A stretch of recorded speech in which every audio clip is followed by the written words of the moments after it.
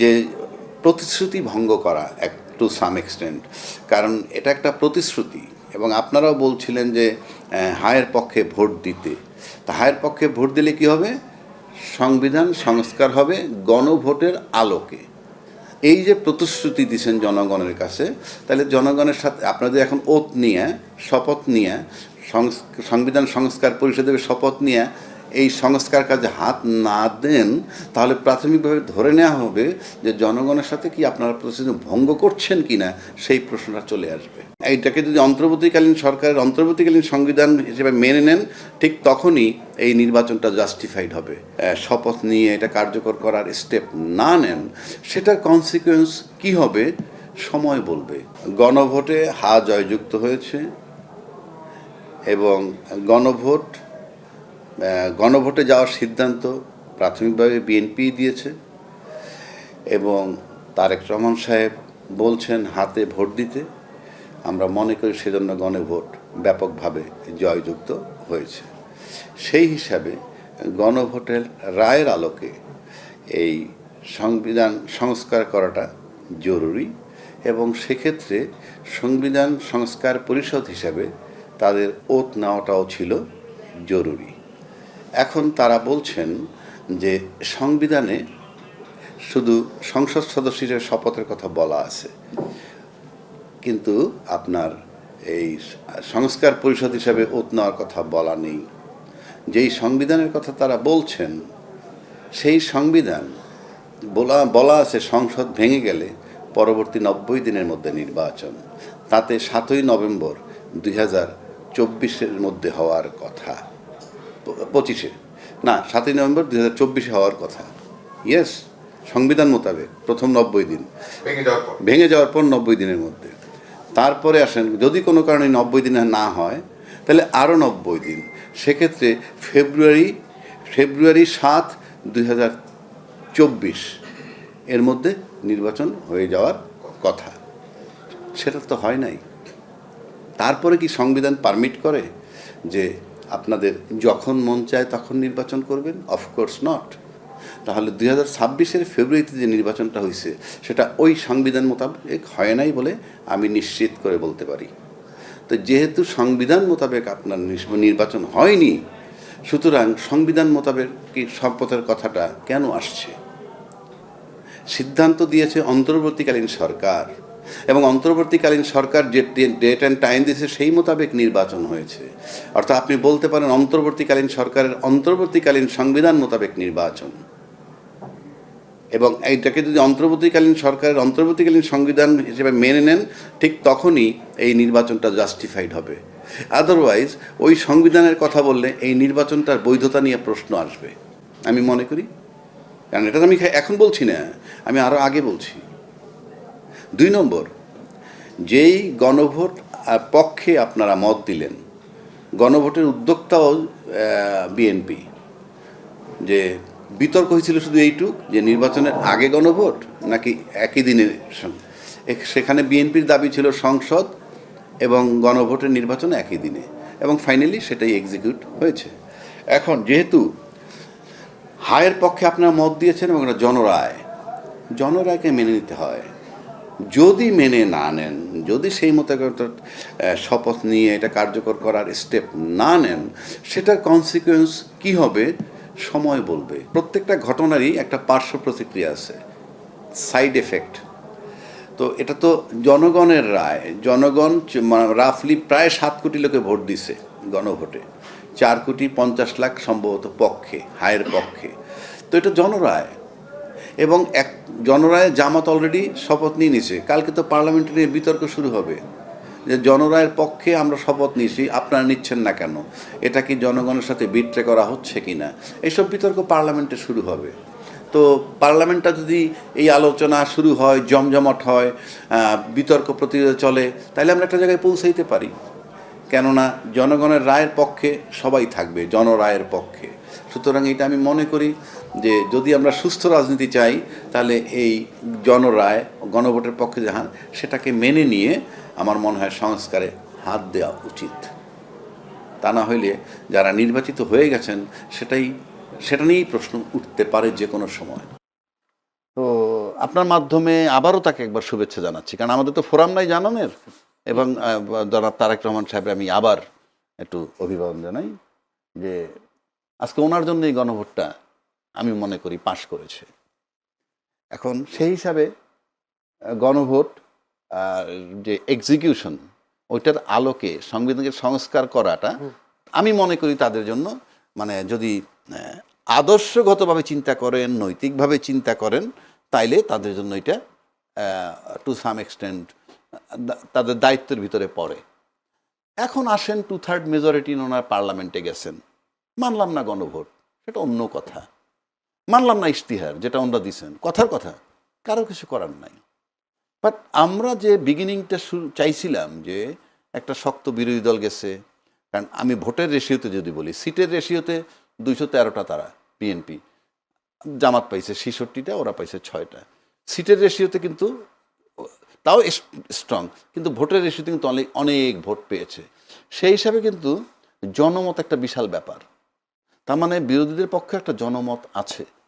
সেইটাকে মাথায় রেখে দুটো ব্যাপার এখানে আপনি আনছেন, গণভোট আর দলীয় ইশতেহার বাদ দিলে উচ্চকক্ষে দুই পক্ষের দ্বিমত নাই, কিন্তু উচ্চ কক্ষটা গঠন হবে কিভাবে সেটা নিয়ে একটু দ্বিমত আছে।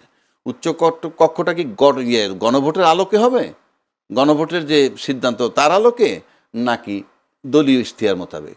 দলীয় ইশতেহার মোতাবেক হলে সহজ বাংলা, নিম্নকক্ষে তারা পাইছে 2/3 মেজরিটি, উপরেও তারা পেয়ে যাবে 2/3 মেজরিটি। আর যদি গণভোটের আলোকে আসেন তাহলে তাদের সিট হবে পাশাপাশি, ধরেন অলমোস্ট 50-50, অলমোস্ট। তো সুতরাং সেটা তাদের দ্বিমত থাকতে পারে, কিন্তু প্রশ্ন হচ্ছে যে এই গণভোট পান্না ভাই বললেন যে এটা বেআইনি হয়েছে, আমি তর্কের খাতিরে ধরলাম। প্লাস মান্না ভাই আরও একটা হয়তো একটু রাগ হয়ে বলছেন যে আমি গণভোট বুঝি না। আমি এটা বিশ্বাস করতে চাই না যে উনি বোঝেন না। না, আমি ওটা বলিনি। আমি হ্যাঁ না উত্তর আমি একবারে দেব, যে প্রশ্নগুলো রয়েছে সেই প্রশ্নগুলো আমি বুঝি না, রাইট। আমি কিন্তু তারপর আমি বিশ্বাস করতে চাই না যে উনি বোঝেন না, ওনার মতো লোক বোঝে না, এইটা আমি বিশ্বাস করতে চাই না। এটা হয়তো উনি বলছেন ওনার লজিক্যালি যে উনি এটা চান না আর কি, সোজা বাংলা। কিন্তু আমি যদি সাধারণ দৃষ্টিতে আসি, জনগণ কিন্তু সাধারণ জনগণ যারা, তারা বাংলাদেশি জাতীয়তাবাদ বোঝে না, বাঙালি জাতীয়তাবাদও বোঝে না, সংস্কার কি বোঝে না, উচ্চকক্ষ নিম্নকক্ষ বোঝে না। তাদের ভোট নিয়েই তো আমরা সংসদে যাচ্ছি। 18 বছর বয়সে একটা ছেলে মেয়ে ভোট দেয়, সে জানেই তো না কিছু। উনি বলুক ওনার 18 বছরের বাচ্চা কি জানে, ভোট হচ্ছে কারে ভোট দিব, উনি কাজ করবে কি, লোকটা কে, নাম বলুক, কেউ চিনবে না। তারা কলেজে নিয়ে যেতে হয়, স্কুলে নিয়ে যেতে হয়, ধৈর্য আনতেছি, এই সেই ভোট নিয়ে কিন্তু আমরা পার্লামেন্টে যাই। তার মানে জনগণ কিচ্ছু বোঝে না যদি এইভাবে ধরি। কিন্তু জনগণ একটা জিনিস তো বুঝছে যে তারেক সাহেব বলছে হাতে ভোট দিতে, তাতে হাতে ভোট দিছে। তারপর তো মোতাবেক গণভোটটাকে কার্যকর করা খুব জরুরি। পৃথিবীর কেউ না জানুক, সাধারণ জনগণ না বুঝুক, উনি তো জানেন, উনি তো বলছেন। সেই হিসাবে এবং গণভোটের উচ্চকক্ষ নিম্নকক্ষ নিয়ে যখন দ্বিমত নাই, দেখেন কতগুলা মিল। আবার গণভোটের প্রস্তাবও কিন্তু বিএনপি আনছিল যখন এই সংস্কার কমিটিতে নিয়ে দ্বিমত না। আজকে যদি দ্বিমত না হইতো গণভোটই হইতো না। এই জন্য আমি তারেক রহমান সাহেবকে বলতে চাই, উনি যদি আরও আগে আসতেন, আরও আগে আসলে হয়তো আরও সমাধান ভালো হইতো, হয়তো গণভোট আমাদের লাগতোই না। কারণ উনি আইসে কিন্তু একটা সমাধান দিছেন, নির্বাচনটা হয়ে গেল এবং হাতে ভোট দিতে বললেন। কিন্তু উনি যদি আগে আসতেন, এইটা যখন গণভোট হওয়ার আগে, ওই প্রস্তাব হওয়ার আগে যদি আসতেন, তাহলে হয়তো ওনার এই কারিশমা দিয়ে উনি এটাও পারতেন হয়তো বা, যা আমরা একটা সিদ্ধান্তে চলে যাই। মানে ওনার লেট করার কারণে কিন্তু আমরা এই জটিলতাটায় পড়ছি। কারণ আলটিমেটলি তো উনি নির্বাচনটা তুলে ফেললেন এবং ভালোভাবেই উনি আসার পরে ওনার ক্যারিশম্যাটিক ইয়ে দিয়ে বিএনপি জয়লাভ করেছে। এই সব কিছু মিলাইলে আমি যেটা সিম্পল মনে করি যে এখন গণভোটকে আপনি কোনোভাবে বেআইনি এই কারণে বলতে পারবেন না। Number 1, it was signed by the political parties. Number 2, NCP দেয় নাই স্বাক্ষর, আজকে দিতে যাচ্ছে। এনসিপি সম্পর্কে মানুষের ধারণা কি, সে কিন্তু জুলাই সনদে স্বাক্ষর সেদিন না করলেও মানুষ এইটা বিশ্বাস করে না ওনারা জুলাই সনদ চায় না। কিন্তু আর যারা স্বাক্ষর করছে, তারা স্বাক্ষর করা সত্ত্বেও মানুষ আস্থায় নিতে চায় না যে তারা জুলাই সনদ মানতে চায়। যদি তাই হয় তাহলে এই বিতর্কগুলো আসতেছে কেন? গণভোটে হাও হয়ে গেছে, তারপরে কথা চলছে কেন? ভুল শুদ্ধ যাই হোক, ম্যান্ডেট বাই দ্য পিপল, এবং সবচেয়ে বড় দল যিনি ক্ষমতায় আসছেন তার হায়ের উপরে জনগণ বিশ্বাস কইরা আস্থা রেখে দিছে। এখন শুরুতেই যদি আমাদের আস্থা নিয়ে ক্যারিকেচার শুরু হয় কিংবা কোনো রকম কালক্ষেপণ শুরু হয় কিংবা সন্দেহ তৈরি হয়, 5টা বছর কিভাবে যাব সেটা নিয়ে আমি চিন্তিত। জি, ধন্যবাদ। আমি পান্না ভাইয়ের কাছে একটু আবার যেতে চাই। পান্না ভাই, যদি অর্থাৎ উচ্চ কক্ষে বিএনপির ইশতেহার অনুযায়ী গঠন করা হয়, নতুন করে রাজনীতিতে নতুন করে জটিলতা তৈরি হবে কিনা একটা প্রশ্ন। দ্বিতীয় প্রশ্ন হচ্ছে যে, যেহেতু নিম্নকক্ষে বিএনপি 2/3 ভোট পেয়েছে, সেখানে তাদের আইন পাশ করতেও তো তার আর কোনো জটিলতা নাই। দুইটা প্রশ্ন উত্তর যদি না, একটা আপনার শেষের প্রশ্ন উত্তর দিয়ে শুরু করি। সেটা হচ্ছে অবশ্যই তাদের কোনো সমস্যা না, তারা ব্রুট মেজরিটি পেয়েছে। যদিও ব্রুট মেজরিটি ইতিহাস বলে যে সংশ্লিষ্ট দলের জন্য ক্ষতির কারণ হয়, তারা এক না হয়ে ওঠার সুযোগ পায়। যাই হোক, এগুলো ভবিষ্যতেই বলবে যে বিএনপির ক্ষেত্রে আসলে কি হবে। এবং আইন প্রণয়নের ক্ষেত্রে কিছু করার নেই। হয়তো জামাত ইসলামী, এনসিপি যে 2-1 সদস্য বা স্বতন্ত্র বা অন্যান্য দলে যারা আছে তারা একটু হইচই করতে পারবে, কিন্তু বিএনপি যা ইচ্ছা তাই করতে পারবে। আর উচ্চকক্ষের ক্ষেত্রে আপনি বললেন যে জটিলতা, সেই তো পুরনো প্রশ্নটা বোধহয় ঘুরে ফিরে এলো যে জটিলতা একটা সৃষ্টি হবে। আমি জটিলতা এই জন্য বলছি, আচ্ছা জটিলতা হওয়ার তো দরকার, ওখানেও তো তারা বেশিরভাগ আসন পাবে উচ্চকক্ষে। হ্যাঁ, বিএনপি ওখানেও তো উচ্চকক্ষ, যদি অনুযায়ী যদি একেবারে পিয়ার পদ্ধতিতেও হয়, তো সেই ক্ষেত্রে আইন পাশ করার ক্ষেত্রে তো তেমন কোনো জটিলতা তৈরি হবে বলে মনে হয় না আমার মতে। তো সেই ক্ষেত্রেও বা বিএনপি কেন রাজি হবে না বলে? রাজি হবে না এই কারণে তাদের রিপ্রেজেন্টেটিভ কম যাচ্ছে, যদি ভোটের হিসেবে হয়। ভোটের হিসেবে পিয়ার পদ্ধতি হলেও তো ওনাদের আসন বেশি থাকছে তো না, যদি বেশি থাকছে আর পিয়ার আর জনগণের ভোটের রেশিওতে যদি হয়, তাহলে তাদের প্রতিনিধিত্ব কম যাবে উচ্চকক্ষে। এটাই সো এই কারণে তারা ওইটা চাচ্ছে। এই কারণে আচ্ছা, তারা যখন এই দাবিটি তোলে খুব ভালোভাবেই তারা নিশ্চয়ই হিসেব নিকেশ করেই কথা বলেছিল যে আওয়ামী লীগ যে নির্বাচনে আসতে পারবে না বা একেবারে বাদ হয়ে যাবে, তারা কিন্তু এই হিসাবটা মাথায় নিয়ে বলেনি। তারা আওয়ামী লীগ আসতে পারে, আওয়ামী লীগ আসলে একটা কন্টেস্ট হবে, হ্যাঁ, সেক্ষেত্রে আওয়ামী লীগের ভোট কম নয়। এবং একটু দেখা গেছে 2008 পর্যন্ত মানে পার্সেন্টেজে আওয়ামী লীগ সবসময় এগিয়ে ছিল, 35 থেকে 40% মধ্যে দুই দলেরই, বাট বিএনপির চেয়ে আওয়ামী লীগ অনেক বেশি আসন পেয়েছে। যাই হোক, এই জন্য সংসদে মানে সংসদের নিম্নকক্ষে যদি হয়ে থাকে তার ভিত্তিতে বা আসনের ভিত্তিতে তারা এটা চাইছিল। দেখুন, আমার মনে হয় এই পর্যন্ত যাবে না, তার আগে অনেক ধরনের জটিলতা হবে। জটিলতা এখনই দেখা দিয়েছে। আমি জানি না যে কি হবে, কি হতে যাচ্ছে সকালে।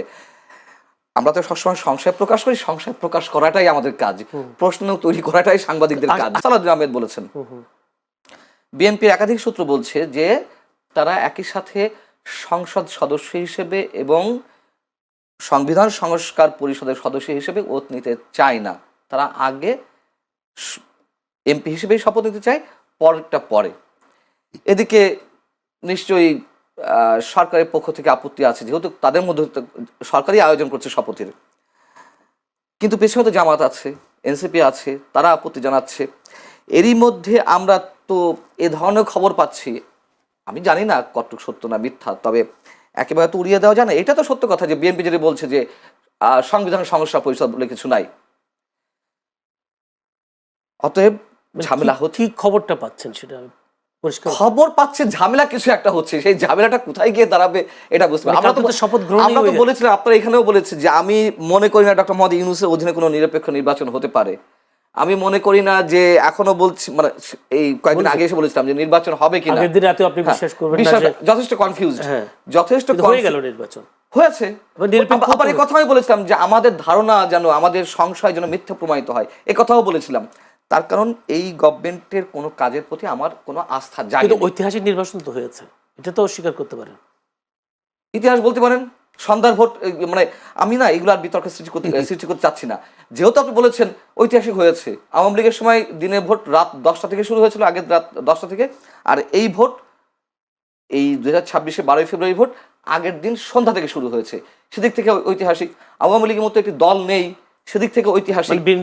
এই ভোটটা আরো এগিয়ে আগের দিন রাতে, কিন্তু সন্ধ্যা থেকে আওয়ামী লীগের জন্য তো লাভ হয়েছে। আওয়ামী লীগকে আমরা যে কারণে অপবাদ দিয়ে আসছি, কেন শুরু হয়েছে বলে আপনি জানেন না? আপনি ফুটেজ দেখেননি? ব্যালট পেপার খোলা, ওই গণভোটের ব্যালট পেপার সামনে দেখা যাচ্ছে সন্ধ্যা থেকে, ওপেন ব্যালট বাক্সের উপরে।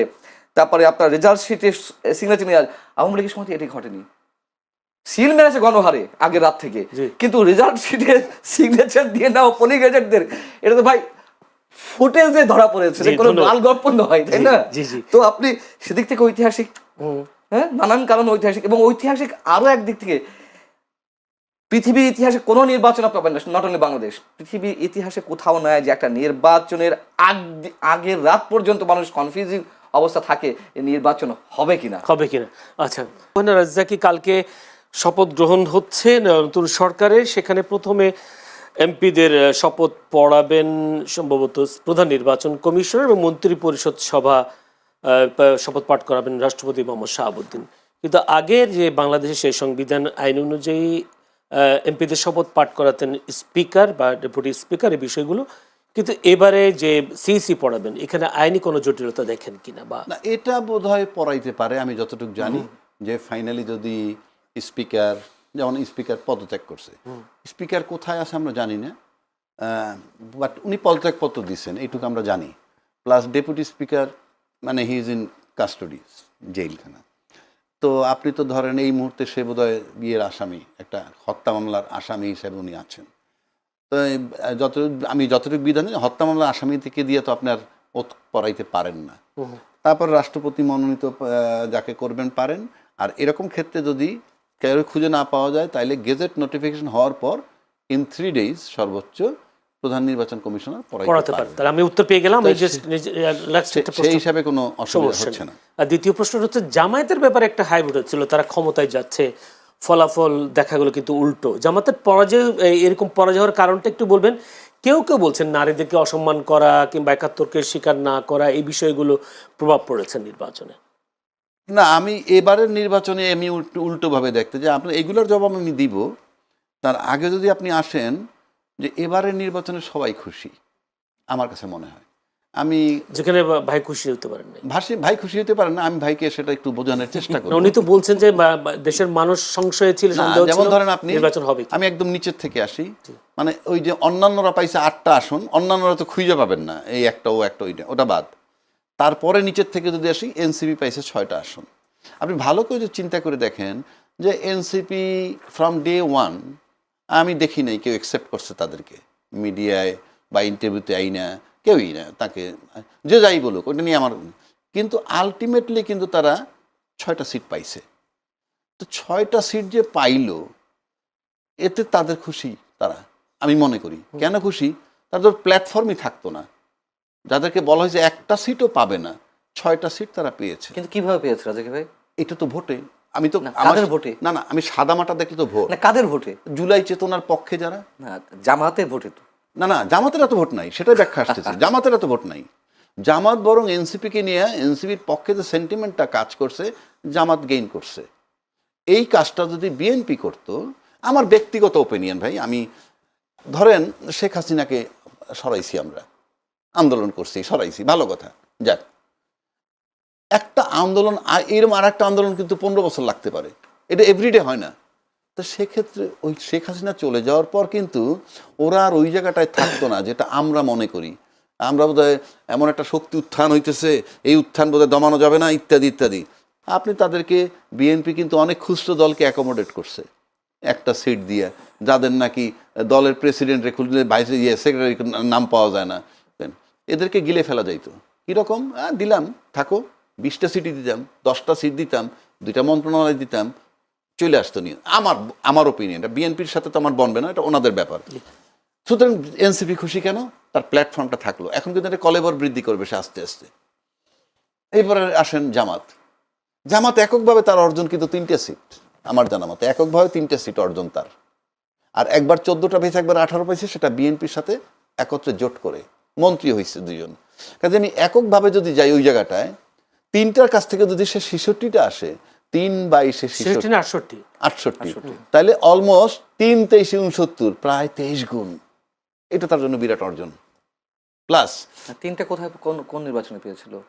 তারা একক নির্বাচনে শেষ ভোটে কত পেয়েছে? 2019, তারা তো লাস্ট করে 2001-এ। 2008 তো জামাত করেছে। হ্যাঁ, 2001-এ করলো না, 2008-এ 2001 করেছে। হ্যাঁ, আর 2008 ছিল না, পরের। তাহলে 2001-কে কয়টা পেয়েছে? 18টা। আপনি সেটা দিয়ে রেশিও টানবেন না, 3টা দিয়ে রেশিও টানবেন? নো, সেটা তো বিএনপির সাথে জোট ছিল। ও আচ্ছা আচ্ছা, আপনি ওই সেটা তো হিসাবে বিএনপির সাথে বলছেন। জোট ছিল, আচ্ছা, আমি আচ্ছা, সেটা বলছি। আচ্ছা, তাহলে তার বাড়ছে অলমোস্ট 23 গুণ, সে খুশি হবে না কেন? এবং তার ভোটার আমাদের 37 সামথিং ভোট পাইছে। এরা যে সব তার ভোটার কি ভোটার না, সেটা তো আমরা নেক্সট ইলেকশনে আবার দেখব, কিন্তু আজকে পর্যন্ত তো তাই। এখন তাহলে সেও খুশি, এবং সে একটা শক্ত বিরোধী দল হয়েছে। আচ্ছা, তারপরে উচ্চ কক্ষ নিম্ন কক্ষ লড়াই হইতেছে।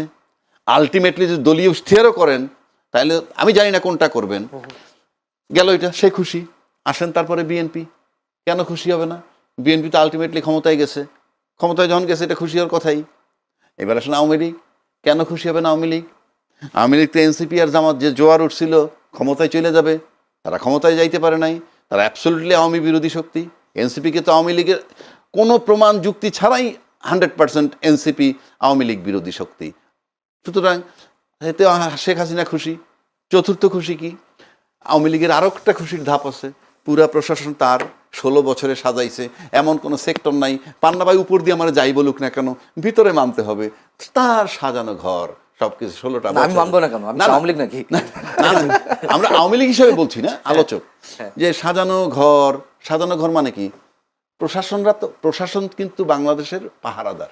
কিন্তু সাজানো ঘরে কিন্তু 18 মাসে রংচং করা হয়েছে, রদবদল হয়েছে, আমি নতুন নিয়োগ হয়েছে। সেটাই বলছি, সেই রংচং করা হয়েছে, সেটা ভাল লাগে নাই, না লাগায় ফাইনালি একটা নির্বাচন আসলো। এখন সেই ঘরে ধরেন বিএনপি বসবে, তাহলে আওয়ামী লীগের সাজানো ঘর, সেই প্রশাসন পাহারাদার, সেখানে আজকে বিএনপি বসছে, তো সেটাও তো তাদের জন্য সুখবর। কেন? যে বসছো তুমি এই ঘরে, পাহারাদার কিন্তু আমার। এগুলো তাদের কাছে আওয়ামী লীগ খুশি, তাহলে আমার কাছে মনে হয় যে এই মুহূর্তে খুশি তারা।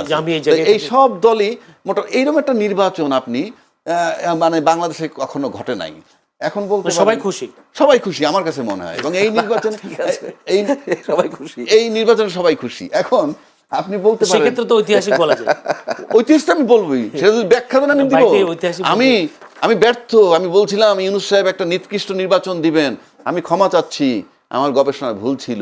উনি একটা উৎকৃষ্ট নির্বাচন দিছেন, কিন্তু কেন দিতে পারলেন যদি সুযোগ হয় বলবো। আচ্ছা, ধন্যবাদ আপনাকে।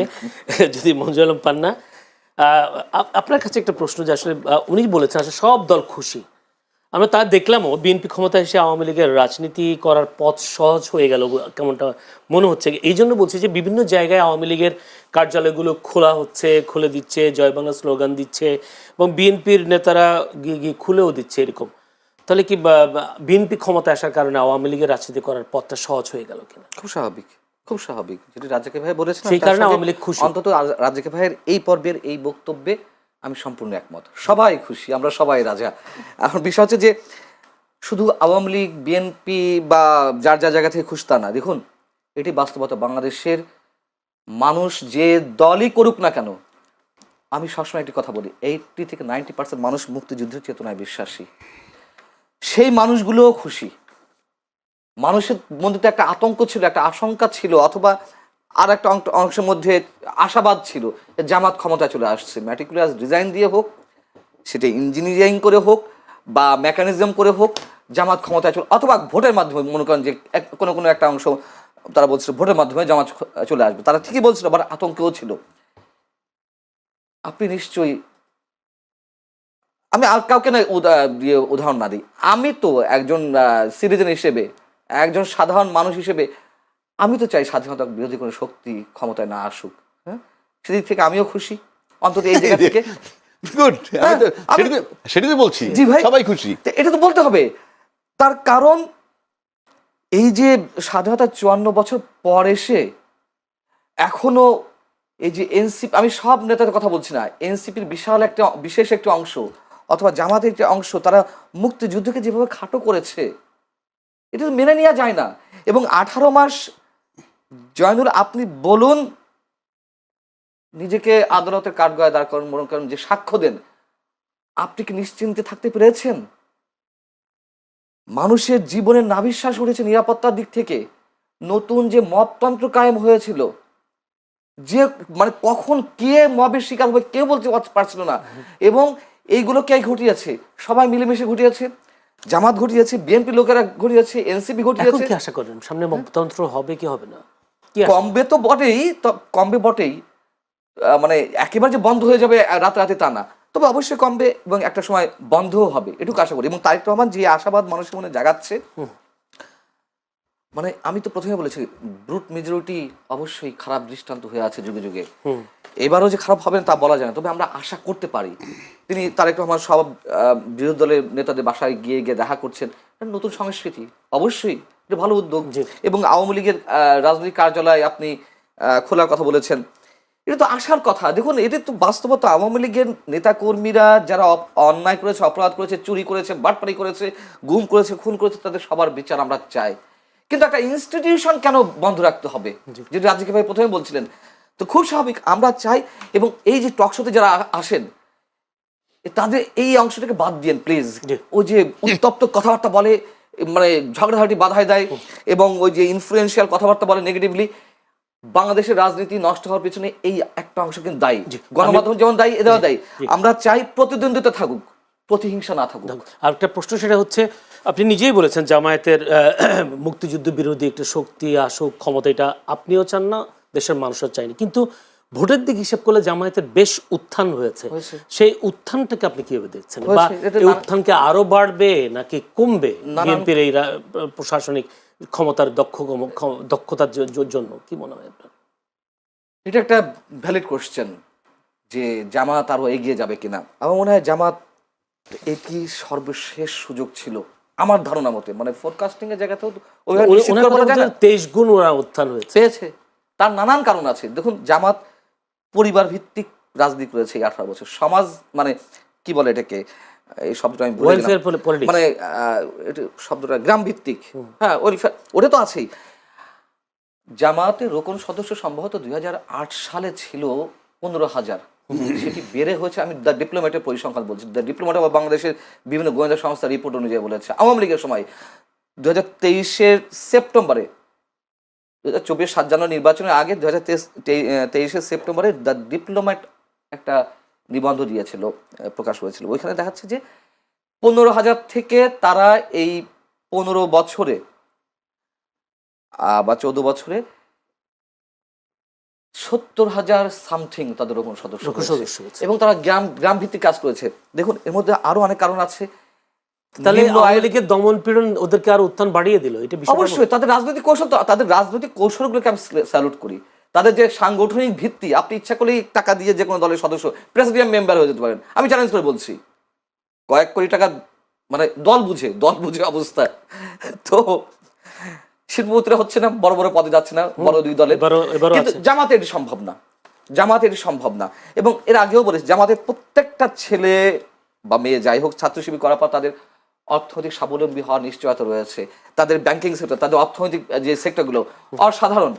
যে দলের যেমন টাকার অভাব হয় না, চাঁদাবাজি করতে হয় না, ঠিক একইভাবে যারা শিবির করে আসে, ছাত্র সংগঠন করে আসে, তাদের চাকরি বাকরির অভাব হয় না। এদিক থেকে জামাতের রাজনৈতিক কৌশল অতুলনীয়, অভাবনীয়, অনেকটা কমিউনিস্ট পার্টি টাইপের, আগে যেমন কমিউনিস্ট পার্টি যে প্র্যাকটিসটা করতো। যাই হোক, কিন্তু এই যে ভোট বাড়লো, দেখুন আমার কিন্তু এই ভোটে অনেকেই বলছে যে 100% সহি শুদ্ধ তো ভোট হয়নি। আগের দিন থেকে ভোট মারা শুরু হয়েছে, সিল মারা শুরু হয়েছে, কিছু না কিছু ঘটেছে। টিআইবি যে রিপোর্ট দিয়েছে আজকে, সেখানেও বলছে তুলনামূলকভাবে গ্রহণযোগ্য। তার মানে বলেনি কিন্তু 100% বা 90% বা 95% বলেনি, কিছু ঘটেছে। এবং এটি সত্য কথা, গ্রাম পর্যায়ে এবং নিম্ন আয়ের মানুষ, আমি নিরক্ষর বা অশিক্ষিত বলবো না, নিম্ন আয়ের মানুষের মধ্যে এবং গ্রাম পর্যায়ে জামাতের জনপ্রিয়তা বেড়েছে, এটাই বাস্তবতা। যদি আবহাওয়া রাজ্জাকি, আমি যদি আজকে নুরুল হক নূরের একটা বক্তব্য, তিনি বলেছেন জামাতের এই উত্থান অশনি সংকেত, জামায়াতের উত্থান ঠেকাতে গবেষণা করার প্রয়োজন বলে তিনি জানিয়েছেন, এবং এখনই পদক্ষেপ নিতে হবে। আপনি কি মনে করেন? ধন্যবাদ আপনাকে এবং আমার বন্ধুবর সহ আলোচক। আপনি প্রশ্ন করছেন উত্থানের কারণ উনি কিছু বলছে, আর নূর সাহেব বলছেন এটাকে দমাতে হবে, এই তো বিষয়। এই উত্থান কেন হইল তার, আমি আমার ব্যক্তিগত ওপিনিয়ন, এই দেশের মানুষ, আপনি যেমন মান্না ভাই একটা ভালো কথা বলছে যে জামাত খুব ক্যালকুলেটিভ, তারা বিভিন্ন প্রতিষ্ঠান করতেছে, এই কোন টাকা দিয়ে করতেছে সেটা সেকেন্ডারি, ওইটার ব্যাখ্যা তো আমার কাছে নাই, তাই না, তার ফান্ড, বাট কাজগুলো যে করতেছে সেখানে তারা কর্মসংস্থান তৈরি করতেছে। আপনার সব দলেরই সেটা ভাবা উচিত যে আমার যারা কর্মী থাকবে তাদের জন্য কর্মসংস্থান আমার দরকার। কর্মসংস্থান যত আপনি করতে পারবেন, প্রোভাইড করতে পারবেন, তাইলে পরে পরিবেশ সুন্দর থাকবে। তা নাহলে তো আপনার যত বড় দল, এত লোক আপনি অ্যাকোমোডেট করবেন কেমনে? তাদের সার্ভাইভালের ব্যাপার থাকে। সুতরাং ন্যাচারালি আমি কোনো দোষ দিচ্ছি না। আমরা বিগত 53 বছর যাবতই দেখতেছি যে বাজারে কতগুলো জিনিস প্রচলিত, এই চাঁদাবাজি, দুর্নীতি এবং টাকা পাচার, তিনটা বিষয় যদি আনি, এর ভিতরে দুর্নীতিটা কিন্তু এলাকায় মহল্লায় হয় না, ওটা প্রাতিষ্ঠানিক। টাকা পাচার সেটাও লিমিটেড লোকেরা করে, ব্যাংক লুট করে পাঠিয়ে দেয়, যেমন নানান। চাঁদাবাজিটার এফেক্ট কিন্তু সাধারণ লোকের উপরে পড়ে, 18 কোটি লোকের উপরেই পড়ে।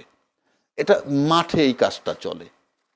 তো সামহাউ তাদের সম্পর্কে এই ধারণাগুলো আছে, যেহেতু পান্না ভাই বলছে তাদেরকে প্রোভাইড করতে পারে, সুতরাং তারা চাঁদাবাজিতে থাকে না।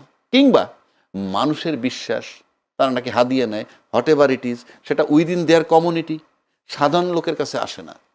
তাহলে চাঁদাবাজ বিরোধী একটা বিষয়, মানুষ বিনা কারণে চাঁদাবাজ বিরোধী। কারণ আপনি যারা চাঁদা নেয় তারা কিন্তু দলীয় ছত্রছায়ায় নেয়, যে যখন নেক দলীয় ছত্রছায়ায় নেয়।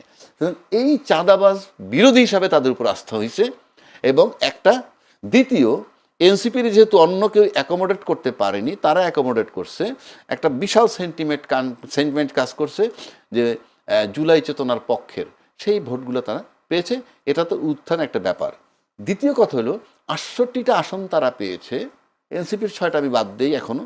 এই 68টা আসন যদি তারা অ্যাটলিস্ট চাঁদামুক্ত রাখতে পারে, এই সিটগুলো কিন্তু ফিক্সড হবে, আপনি কোনোভাবে নিতে পারবেন না। এই উত্থান ঠেকাতে পদক্ষেপ নিতে হবে বলেছেন নুরুল নূর। কি করবে, কি পদক্ষেপ নিতে হলে জামাতরে করাপ্ট বানাইতে হবে, জামাত চাঁদাবাজি করতে হবে, জামাতের টাকা পাচার করতে হবে, জামাতের দুর্নীতি করতে হবে, তাইলে পরে জনগণ তাকে কি করবে। কিন্তু ঠেকানো মানে, যদি আপনি যে ভোট হইলে আপনি ঠেকাবেন, কিভাবে ঠেকাবেন? আমি আবারও বলছি, জামাত বাদ দিয়ে অন্য যারা পাশ করছে তারাও যদি মনে করে তার নিজ নিজ এলাকা চাঁদামুক্ত রাখবে, তাহলে তার জায়গা ফিক্সড হবে। মনে রাখতে হবে তার 23 গুণ বৃদ্ধি হয়েছে। এইটা শুধুমাত্র এই সূত্রের উপরে যে সাধারণ জনগণ মনে করছে দুইটা বিষয়। এক, জুলাই চেতনার পক্ষের শক্তি এসে আশ্রয় দিছে, জামাতে আমি জুলাই চেতনার পক্ষে বলি আর বিপক্ষে অন্য কথা। দুই, চাঁদাবাজি বিরুদ্ধে তারা, এটা মানুষ ভোটাররা একটা আস্থায় নিছে। এবার আসেন আরেকটা বিষয় দেখতে হবে আমাদের। এবার সংসদে যে 3টা দল আছে, 3টা দলই কিন্তু দাবি মোতাবেক বিগত সরকার দ্বারা নির্যাতিত। 3টা দলই, যদি বলি জামাত, যদি বলি বিএনপি, যদি বলি এনসিপি, 3 দলই কিন্তু নির্যাতিত। এনসিপি তো তখন ছিল না, ছিল না, এনসিপি তো পরে হয়েছে, তখন ছাত্ররা ছিল। এই ছাত্ররা তো নির্যাতনের শিকার ঠিক হয়নি। আছে, না এরাই, নাহিদরাও টর্চার্ড হয়েছে, বিষয় বিরোধী ছাত্র আন্দোলন হ্যাঁ ছিল। টর্চার হয়েছে। আমি তার পক্ষপাতিত্ব করছি না, আমি বলছি তারা নির্যাতিত। তাহলে এই পার্লামেন্টটাকে আমরা একটা বিষয় দেখতে চাই। আমি বলছি না আপনি আওয়ামী লীগের লোক ধরেন আর জবাই করেন, ন। আপনি যারা অপরাধী, পান্নাবাই ওটা একমত হবে যদি সচেতন লোক, যে তাদের বিচার হোক, যারা অপরাধী তাদের বিচার হোক, তাদের বিচারের পর আপনি স্বাধীন দেশে তারা যাতে রাজনীতি করতে পারে সেই চিন্তায় চলে যান। কিন্তু আমি দেখতে চাই যে 3টা দলই যখন নির্যাতিত, ওই বিচারগুলায় যাতে কোনো রকম ত্রুটি না হয়।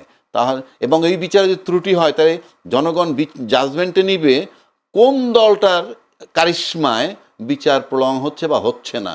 এটাও কিন্তু সামনের জাজমেন্টে আসবে, ভোটের জাজমেন্টে। অসংখ্য ধন্যবাদ অভিনয় রাজা কি